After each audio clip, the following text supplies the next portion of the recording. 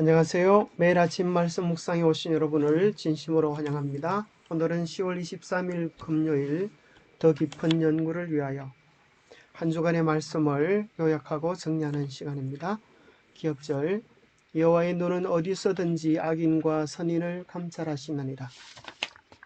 학습 목표 깨닫기 기독교 교육은 성경의 세계관에 기초해야 하며 창조론과 구원론이 그러한 세계관 핵심임을 깨닫는다. 느끼기 창조론, 진화론과 창조론을 조화시키려는 사상의 심각성을 인식한다.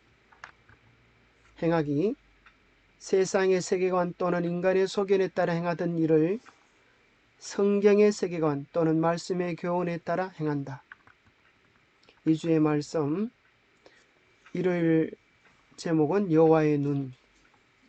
두 세계관의 차이를 살펴봅니다. 창조론과 진화론. 이번 과의 전체의 흐름이 이 세상을 어떤 눈으로 볼 것인가, 창조론적 세계관으로 볼 것인가, 진화론적 세계관으로 볼 것인가에 대한 내용입니다. 라이프 니츠의 질문. 세상에 아무것도 없어야 하는데, 신도 없고 하나님이 없다면 아무것도 없어야 하는데 왜 세상에는 아무것도 없는 것이 아니라 무엇인가 있는가 하는 질문을 던졌습니다. 화요일 소지 성경의 세계관, 그것을 무너뜨리려는 사단의 업무들을 보게 됩니다. 수요일 소지 구속주를 경배하라. 하나님이 세상을 창조하셨다면 그는 인류의 문제를 외면하지 않으시고 구속하러 오시고 또 이 세상을 심판하러 다시 오실 것입니다. 목요일 소지 하나님의 율법, 자기 소견 대 하나님의 계명. 결국 하나님이 이 세상을 창조하셨다고 믿는 자들은 하나님의 말씀에 순종하며 살게 될 것이지만, 세상이 저절로 되어졌다고 생각하는 사람들은 자기 소견에 옳은 대로 제 마음대로 살아가게 될 것입니다. 결국 생각해보면 이 세상에는 두 가지 영적 큰 싸움이 있는 것입니다. 창조 대 진화의 싸움. 그것은 생각해보면 하나님과 사단의 싸움이고, 그것은 겸손과 인간 교만과의 싸움입니다.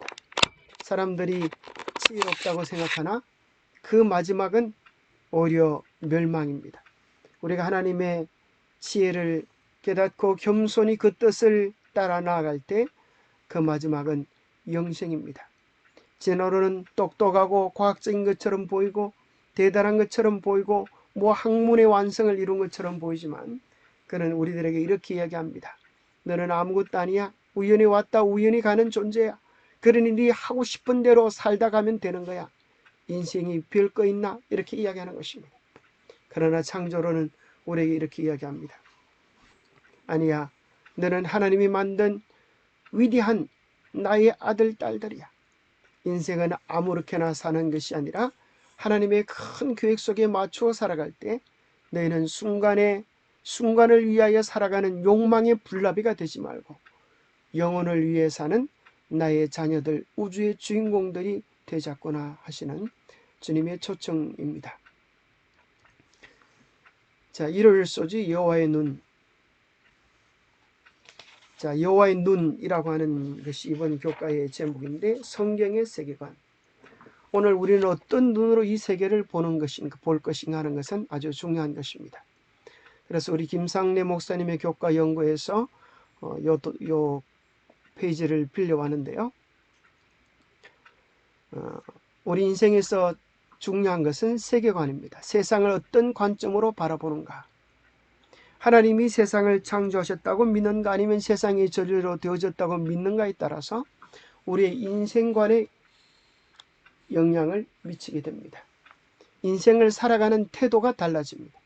하나님이 세상을 창조하시고 운행하신다고 믿으면 우리 인생은 하나님의 뜻대로 살고 싶은 마음이 있지만, 세상이 저절로 되어졌다고 생각하면 그저 제 욕망대로 살다가 가면 되는 것입니다.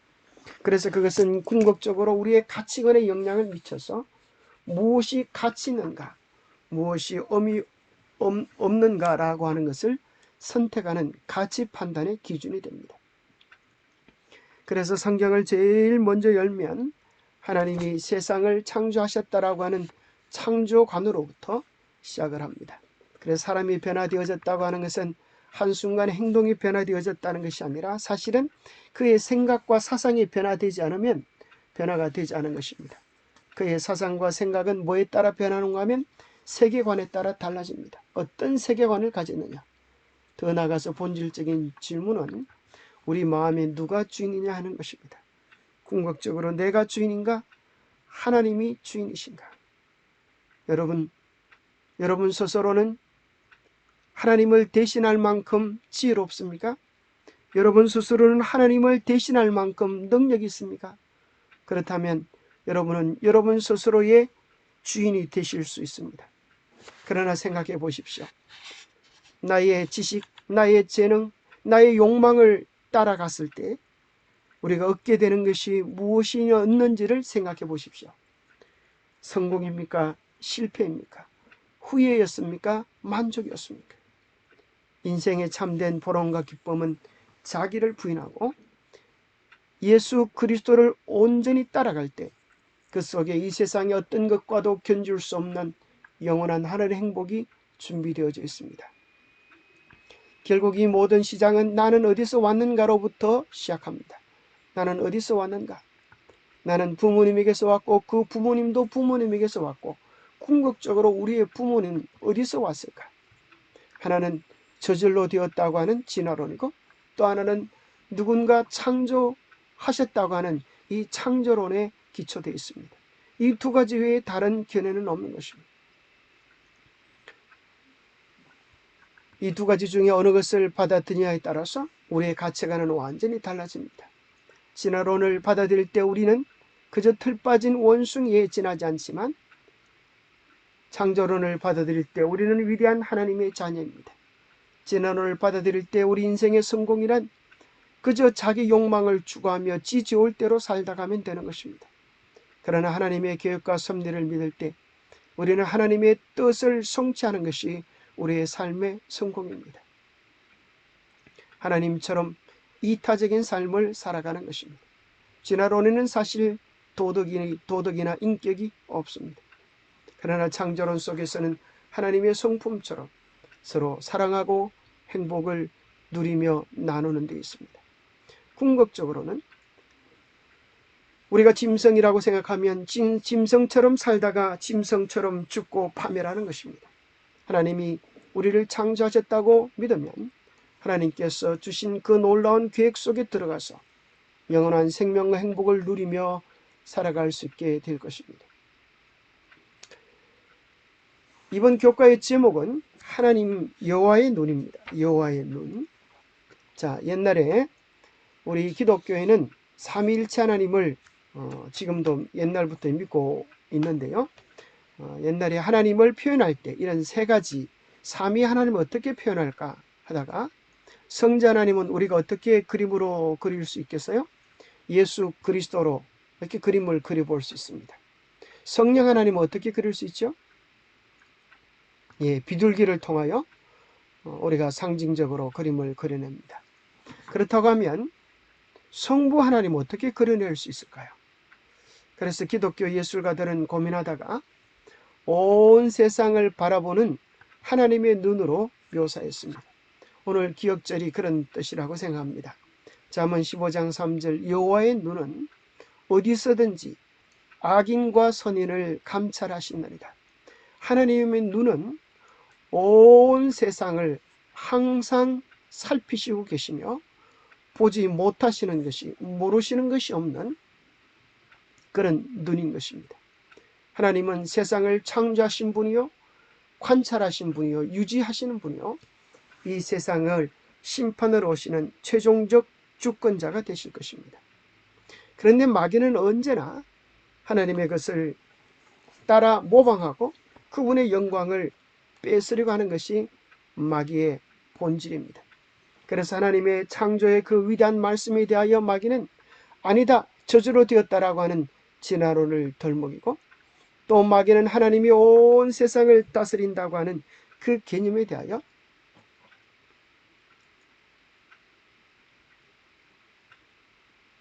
즉 그리스도가, 마귀가 온 세상을 다스리려고 하는 그런 구상을 하고 있는 것입니다.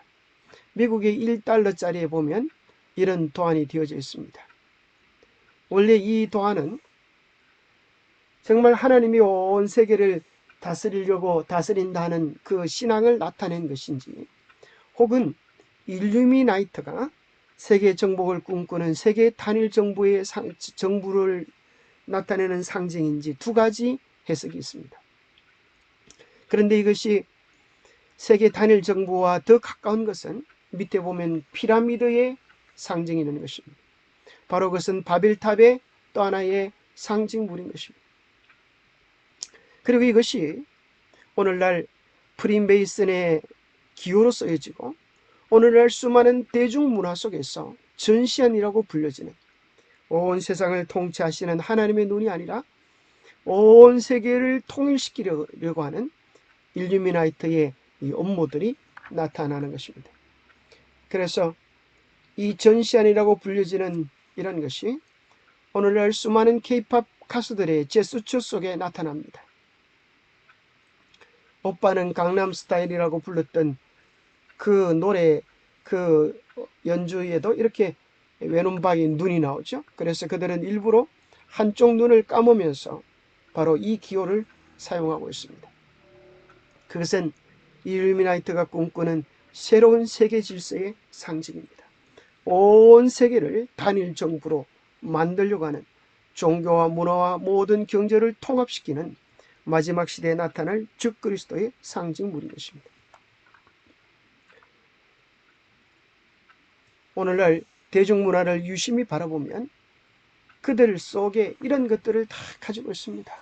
눈이죠. 전시안의 모습들, 또 손에도 눈이 있고 한쪽 눈을 감는 이런 제스처는 다 전시안을 상징하는 그런 것들입니다.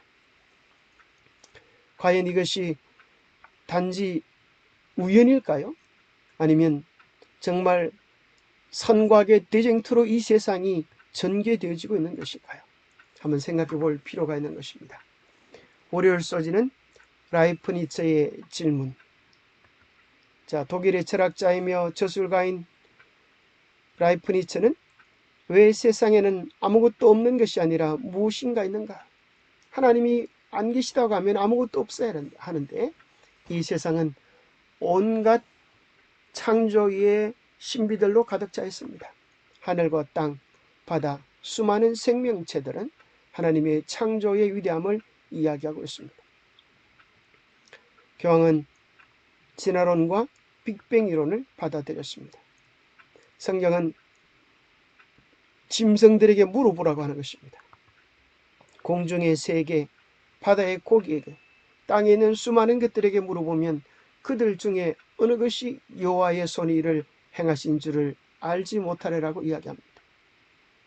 여러분 기억납니까? 블랙캡에 대한 이야기. 철새들이 어떻게 그곳에 먹을 것이 없는 줄 알고 다른 곳으로 이동할까요? 또 박쥐의 레이더를 사용하는 것들, 초음파를 사용하는 것들, 인간 과학보다 앞서 있지 않습니까? 엉겅퀴의 가시들, 이 최고의 과학들보다 앞서 있는 이 천년계의 질서들을 보게 됩니다.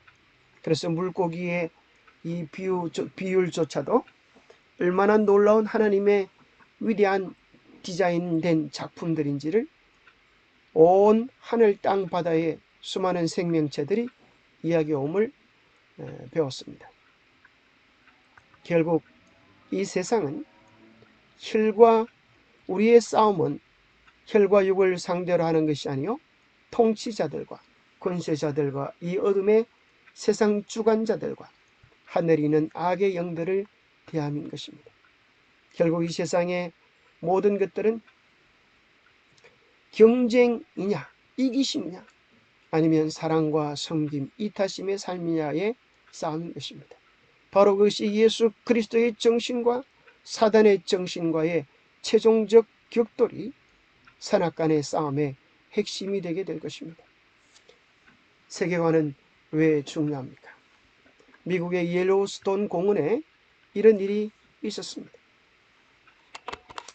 사람들은 늑대는 나쁜 놈이다 생각을 하고 늑대를 다 말살시키는데, 그러나 놀랍게도 늑대가 없자 이 옐로우스톤 공원의 질서가 파괴되어지고 환경들이 엄청난 어려움을 겪게 되었습니다.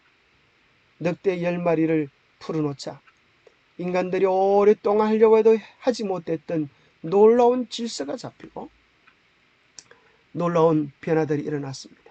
그래서 깨닫게 된 것은 이 천년계는 경쟁과 파괴가 아니라 서로 의존하며 조화로움 속에 살아가고 있다는 사실을 다시금 확인하게 되었습니다. 이 세상은 진화론의 양육강식의 세계가 아니라 돌보시는 하나님의 계획 속에서 서로 의존하며 조화하며 조화롭게 사랑하며 유지하며 살아가고 있는 것입니다. 질서를 유지하며 살아가고 있는 것입니다. 생명의 탄생마저도 경쟁하는 것이 아니라 고도의 팀워크를 이루면서 서로 도우면서 살아가는 것입니다. 생명의 탄생이 그러하고 우리 몸속에 있는 적혈구, 백혈구들이 그것을 알려줍니다. 우리 몸에 상처가 나면 적혈구가 먼저 달려와서 자기 몸을 터뜨려서 그물막을 만들어서 다음에 피가 계속 흘러나지 않도록 보호합니다. 벌레가 들어오면 백혈구가 먼저 가서 잡아먹습니다. 그래서 자기 몸을 터뜨려 희생하며 죽습니다. 그런 희생이 아니면 어떻게 우리 몸을 지킬 수가 있을까요? 수혈소지는 구속주를 경배하라. 하나님께서 우리를 창조하셨기 때문에 우리의 아버지가 되시기 때문에 우리의 삶의 크고 작은 많은 문제들에 대하여 적극적인 관심을 가지고 계십니다.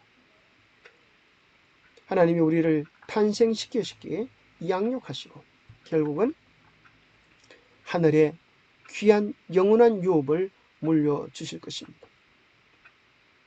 왜 하나님이 우리를 위하여 당신의 아들을 주셨는가? 우리를 아들이라고 부르시기 때문에 그렇습니다.